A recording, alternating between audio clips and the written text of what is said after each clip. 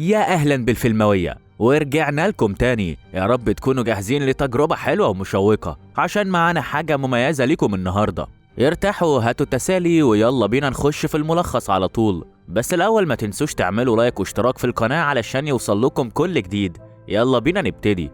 الفيلم بيبدأ بإليشيا وهي مدفونة في تابوت وبتعيط بأعلى صوت عشان حد يساعدها، لكن مفيش حد سامعها. والأحداث دي بتحصل بعد يومين من حاجة معينة، لما إليشيا كانت خلصت شغلها وصاحبتها جو قالت لها في مشكلة في النظام والدفع اتأخر شوية. وإليشيا كانت لسه جاية للمدينة دي وغيرت اسمها، وده ممكن يكون السبب في تأخير المرتب.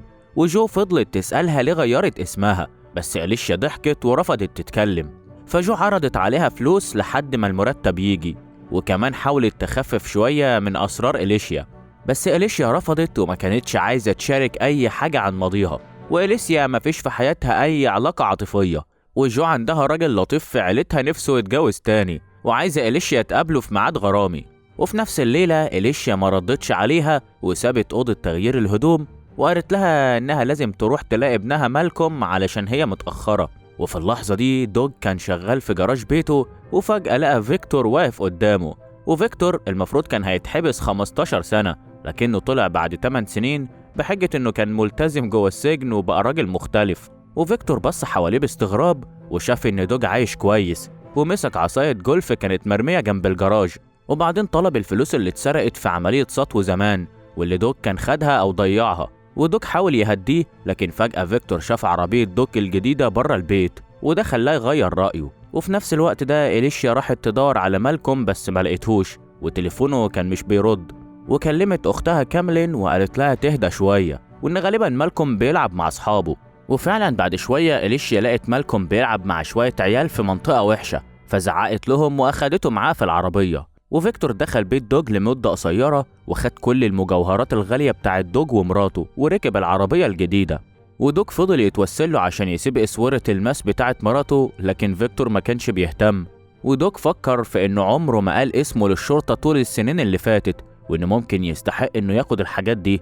وبعد كده طلع بالعربية والمجوهرات. وفي نفس الوقت إليشيا كانت بتزعق لمالكوم عشان مش بيرد على مكالماتها او رسايلها، وبتقوله انها بتقلق عليه لو مش عارفة مكانه. ومالكوم رد وقال لها انها بتتصل كل دقيقة وبتحرجه قدام صحابه، وعشان كده قفل تليفونه وبص لاصحابه اللي اهاليهم بيسيبوهم يروحوا اي حتة لوحدهم. بس إليشيا اتعصبت وقالت له ابوك سابنا ومشي، وانا اللي لازم احافظ عليك بالعافية. وبصراحة المفروض اي حد لازم يعرف انه مش هيلاقي اي حد غير اهله وهيخافوا عليه زيهم. فيكتور كان ماشي ورا واحدة في السر وقرب من عربيتها وهي واقفة تسمع حد. وفي نفس اللحظة إليشيا جابت جزمة جديدة لمالكوم وهو فرح جدا وهو بيشوفها. وإليشيا قالت له إنها هدية بسيطة عشان كانت زعلانة من الخناقة اللي حصلت بينهم من كام يوم. لكن أول ما مالكوم بص جوه الجزمة اكتشف جهاز تتبع صغير علشان يحدد مكان اللي لابس الجزمة، وقال لها انت فاكراني عيل صغير، واتضايق منها. وإليشيا حاولت تبرر موقفها وقالت له إنها خايفة عليه من الدنيا الخطيرة دي، لكن هو كره الجزمة ورماها. وتاني يوم جو شافت إن إليشيا شكلها متوترة شوية وهزرت معاها وقالت لها إن ده علشان بقالها كتير من غير أي علاقة. وجو قالت لها إنها مستنية ردها بخصوص إنها تخرج مع ابن عمتها، عايزة تدبسها وخلاص. وفي وقت الراحة إليشيا جالها تليفون من رقم جديد، وطلعت كامل إن أختها، واللي قالت لها إنها ضيعت تليفونها القديم. وإليشيا قالت لها إن جو عايزاها تقابل حد بس هي مش مستعدة. وفي نفس الوقت مالكوم كان بيلعب مع أصحابه في ملعب كرة سلة، وفيكتور كان واقف بره الحاجز بيتفرج عليه. وبعد شوية مالكوم قرب منه عشان ياخد الكورة، وفيكتور وقفه ووراه صورة للعيلة وقت ما كان مالكوم صغير، وقال له أنا أبوك يا مالكوم. مالكوم فرح جدا عشان هو كان بيفتقد أبوه بقاله كتير، وخد فيكتور معاه البيت. ولما إليشيا رجعت اتصدمت لما لقت فيكتور قاعد في البيت مع مالكوم، والاتنين مبسوطين وبيلعبوا على البلاي ستيشن أو حاجة هو جابها لمالكوم. وإليشيا حست إنها مش قادرة تتنفس من الرعب وراحت على المطبخ علشان تهدى شوية، بس فيكتور لحقها هناك وقال لها إنه بقى شخص تاني وإن السجن غيره، وهي مش مصدقة هو إزاي خرج بدري من السجن كده. وفيكتور شرح لها إن مع إنها غيرت اسمها هو قدر يلاقيها عن طريق أختها كاملين، واعترف إن هو اللي سرق تليفونها وبيسلمه لها علشان تديه لكاملين. وإليشيا عيطت من الخوف، وفيكتور فضل يقول لها إنه بطل يكون الراجل اللي همه إنه يبقى أخطر واحد في البلد، وإنه عايز يثبت لها إنه اتغير، وكل اللي فكر فيه في السجن هو العيلة وعايز يبدأ صفحة جديدة. وكان مصمم إنها تلبس وتنزل معاه ومع مالكوم علشان يتعشوا، وإليشيا قالت له إنها هتروح تغير هدومها، وبدموعها اتصلت بكاملين بسرعة وقالت لها إن فيكتور رجع وعرف مكانها عن طريق تليفون أختها، وكانت مرعوبة عشان عارفة إنه راجل خطير وممكن يضربها في أي لحظة.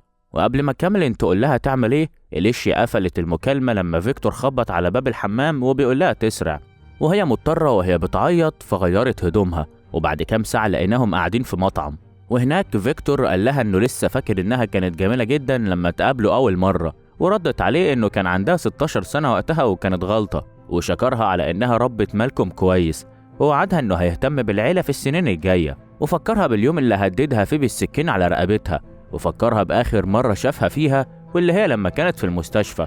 هي خلاص مش بتصدقه، ومالكوم رجع من الحمام وانضم ليهم وهو مبسوط إنه شايف أبوه وأمه سوا. وفي نهاية العشاء فيكتور وصلهم للبيت وقال إنه قاعد في أوتيل، وسألها لو ينفع يطلع معاهم البيت، بس هي قالت له ناخد الأمور واحدة واحدة، وفي الحقيقة هي كانت مرعوبة منه وعايزة تتخلص منه بأسرع وقت. ومع كده فيكتور قرر يقابل مالكوم تاني يوم ومشي، وإليشيا قفلت الباب وعيطت في هدوء وقالت لمالكوم يلم هدوم المهمة عشان لازم يهربوا بأسرع وقت. ومالكوم مش مقتنع إن أبوه ممكن يأذيهم، واتخانق معاها على فكرة الهروب، بس إليشيا صرخت فيه وبدأت تلم شنطتها وتنزلها بسرعة. وللأسف فيكتور كان شاكك إنها هتهرب منه تاني، فما راحش الأوتيل وعمل نفسه ماشي، وطلع فجأة وهددها إنها لازم تروح معاه مشوار طويل أو هيأذي مالكوم، ووراها المسدس. وإليشيا فضلت ساكتة وهي خايفة جدا، ومالكوم سألهم إحنا رايحين فين؟ وهنا الفيلم بيوري قد إيه إليشيا واقعة في مصيبة بسبب رجوع فيكتور لحياتها وتهديده ليها ولابنها. وفيكتور خلى مالكوم يركب العربية وساق بعيد، ووقف في أوضة الفندق بتاعته وبدأ يعذب إليشيا عشان هي كسبت وقالت له إنها هتقابله بكرة، وهي في الحقيقة كانت بتهرب، وهددها إنها دي آخر فرصة ليها، لو حاولت تخدعه أو تهرب تاني هيموتها.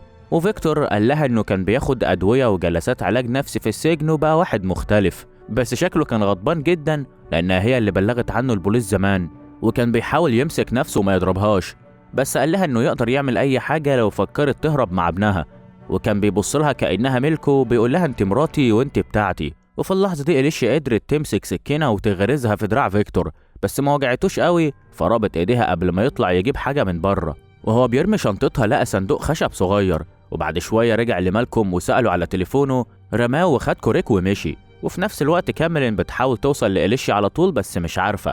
وفيكتور رجع للأوضة في الفندق وقال لإليشيا إنه هياخدها معاه حتة تانية، وحط السكين على رقبتها وهو متنرفز. وأول ما بص بعيد إليشيا فتحت باب العربية ونطت وبتحاول تجري، لكنه مسكها بسرعة وربط إيديها تاني، وبدأ يحفر حفرة على قد تابوت خشب. وبعد ما نزل التابوت في الحفرة قال لإليشيا تنزل من العربية، وقال لها إنه طول ما كان في السجن كان حاسس إنه مدفون ومحدش سمع صوته، ودلوقتي هيدفنها حرفيا وهي عايشة. وحطها في التابوت وقفل عليها بمسامير، وحط عليها تراب وهي بتصرخ وبتتوسل بس محدش بيسمعها.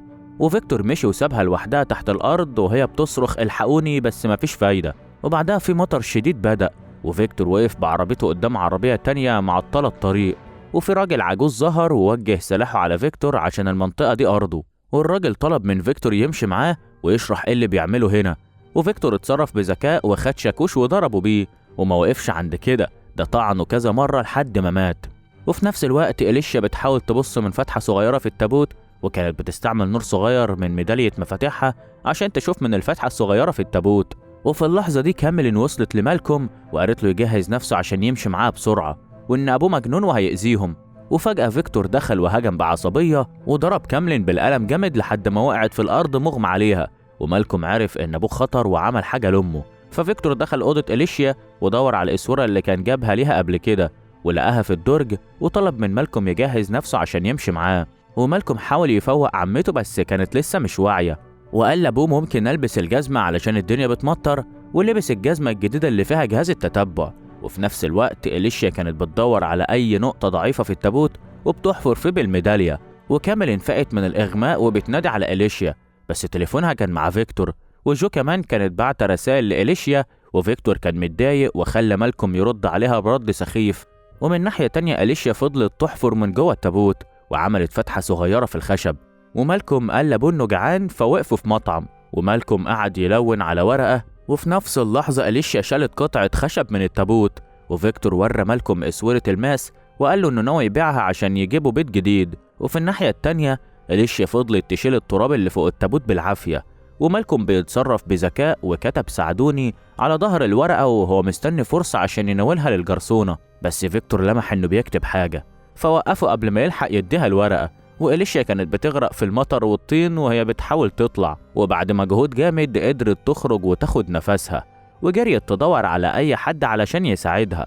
لقت عربية الراجل العجوز اللي فيكتور قتله، وركبتها بسرعة وراحت على بيت جو عشان ده أقرب مكان. ولما جو شافت إليشيا في الحالة دي اتخضت وقعدت تسمع منها ازاي هي لوحدها في المصيبة دي. وإليشيا خدت تليفون جو واتصلت بتليفونها هي، وفيكتور رد واتصدم انه سمع صوتها عشان مش مصدق انها طلعت من التابوت، وطلبت تسمع صوت مالكوم عشان تطمن عليه. ومالكوم قال لها انه لابس الجزمة اللي جابتها ليه، وفيكتور قفل السكة بسرعة. ومن الناحية التانية إليشيا استوعبت انها تقدر تتتبع ابنها عن طريق جهاز التتبع اللي في الجزمة، ففتحت الكمبيوتر عند جو ولقت مكانه وطلعت تجري عشان تدور عليه. وجو رجعت بأدوات الإسعافات الأولية، لكن لقيت إليشيا مشيت، بس شافت على الكمبيوتر مكان مالكوم وكلمت البوليس عشان تقول لهم إن صاحبتها في خطر. وبعد كام ساعة إليشيا وصلت للمكان اللي الإشارة وقفت عنده، وفيكتور كان شاكك إن الجزمة فيها حاجة، وخصوصا بعد ما مالكوم اتكلم عنها في المكالمة، فشالها ورماها قدام إليشيا وهي بتدور على ابنها.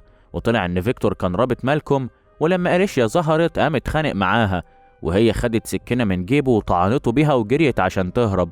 وفيكتور جري وراها بالسلاح، وفجأة إليشيا وقعت ورجلها اتصابت وما بقتش قادرة تمشي كويس، فعرجت لحد مبنى قريب، والمبنى ده طلع كنيسة، ودخلت بسرعة وقفلت الباب قبل ما فيكتور يلحق يدخل. وحاولت تدور على تليفون علشان تكلم البوليس، بس فيكتور لقاها وضرب نار عليها من الشباك وكسر الشباك ودخل. وإليشيا استخبت ورا الترابيزة، بس عملت صوت خفيف خلاه يعرف مكانها، ولف وشافها وهي ضربته بفازة معدن، بس ما حصلوش حاجة تقريبا عشان هو قوي. ووجه السلاح ناحيتها بس ما لقاش فيه رصاص، وحاول يضرب أكتر من مرة بس ما فيش فايدة.